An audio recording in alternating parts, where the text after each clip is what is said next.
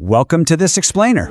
Today, we're diving into the absolutely unbelievable true story of Abd al-Rahman I. We're talking about a young guy who faced literally impossible odds and somehow ended up completely altering the course of human history. So let's kick things off with a massive question. How does a hunted, homeless fugitive literally redraw the map of the world?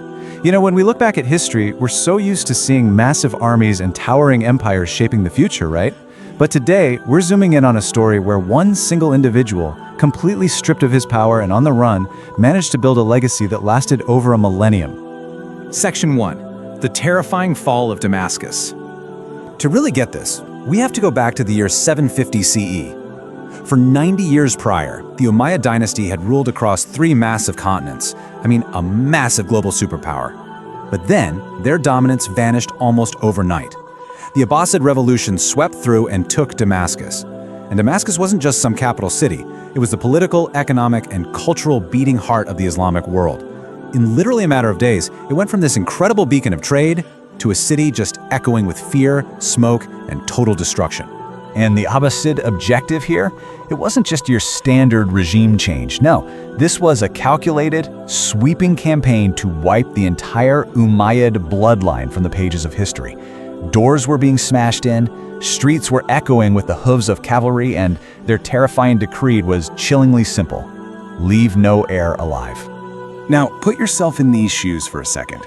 Abd al-Rahman bin Muawiyah was only 20 years old at the time. Just imagine being 20, watching your entire world burn, seeing the palace you grew up in turn into a literal death trap, and realizing that your name is at the very top of a kill list. He knew instantly that his only option was an immediate, desperate escape under the cover of night. Section 2. Escape via the Euphrates. Fleeing Damascus before the sun even came up, he instantly became the most wanted man in the entire Abbasid Empire. And he wasn't just wandering away, he was being relentlessly hunted by elite Abbasid cavalry.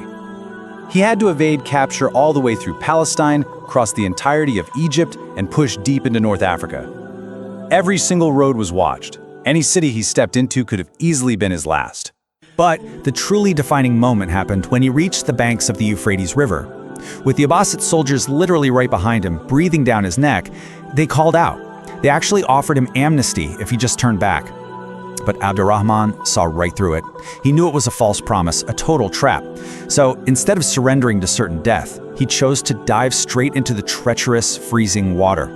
With the rapid currents trying to drag him under and soldiers watching his every single move from the riverbank, he swam for his life. And he actually made it, dragging himself onto the opposite shore, exhausted, freezing, totally stripped of his former life, but crucially, alive. Part 3. The long desert journey.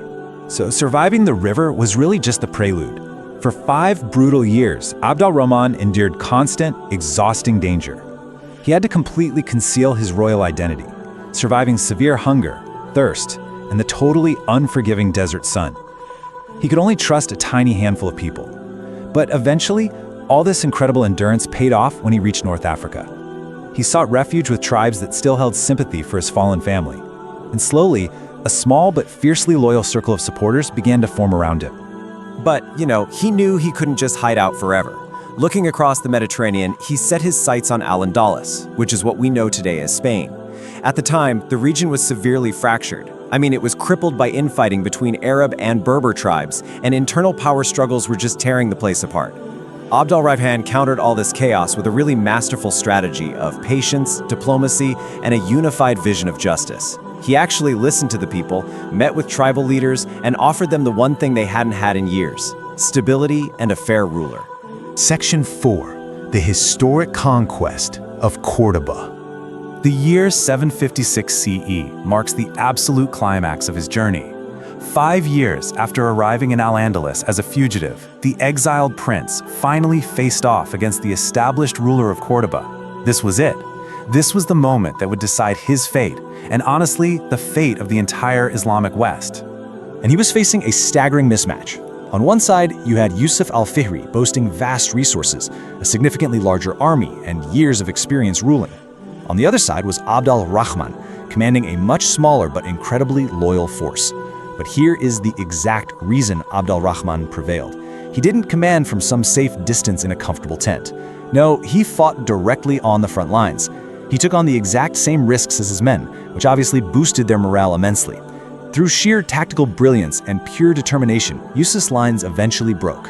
Abd al-Rahman seized victory and entered Cordoba not just as a conqueror, but as a leader promising lasting peace. Part 5. Beginning of a new civilization. So he inherits these war-torn ruins, right? But he systematically builds up a flourishing civilization. He understood that empires aren't just sustained by swords, they are sustained by strong institutions. He took destroyed cities and absolute internal chaos and transformed them into a society with thriving agriculture, bustling trade, and deep educational roots. Peace finally returned to the streets, and the economy completely rebounded under his highly structured governance. To really cement this cultural renaissance, he laid the foundation for the great Mosque of Cordoba. And this wasn't just a place of worship, it was an absolute epicenter of knowledge. It transformed Cordoba into a global hub, drawing in the greatest scholars, merchants, architects, and artisans from all over the known world. It truly became a living, breathing symbol of an entirely new era of greatness. Think about this. More than 1,200 years later, the incredible pillars, the ancient stone streets, and the towering architecture of Cordoba still stand today. They are just a massive, tangible testament to the unbreakable resolve of a single man who simply refused to be erased from history. Which leaves us with a really powerful truth. Sometimes, a single surviving human being can change the destiny of the world. Against absolutely impossible odds, hunted, homeless, and totally alone, one surviving individual completely rewrote history, turning utter defeat into one of the greatest civilizations the world has ever seen.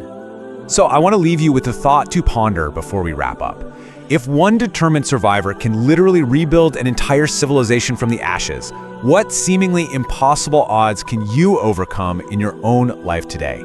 Thank you so much for joining this explainer, and definitely keep seeking out these incredible stories from history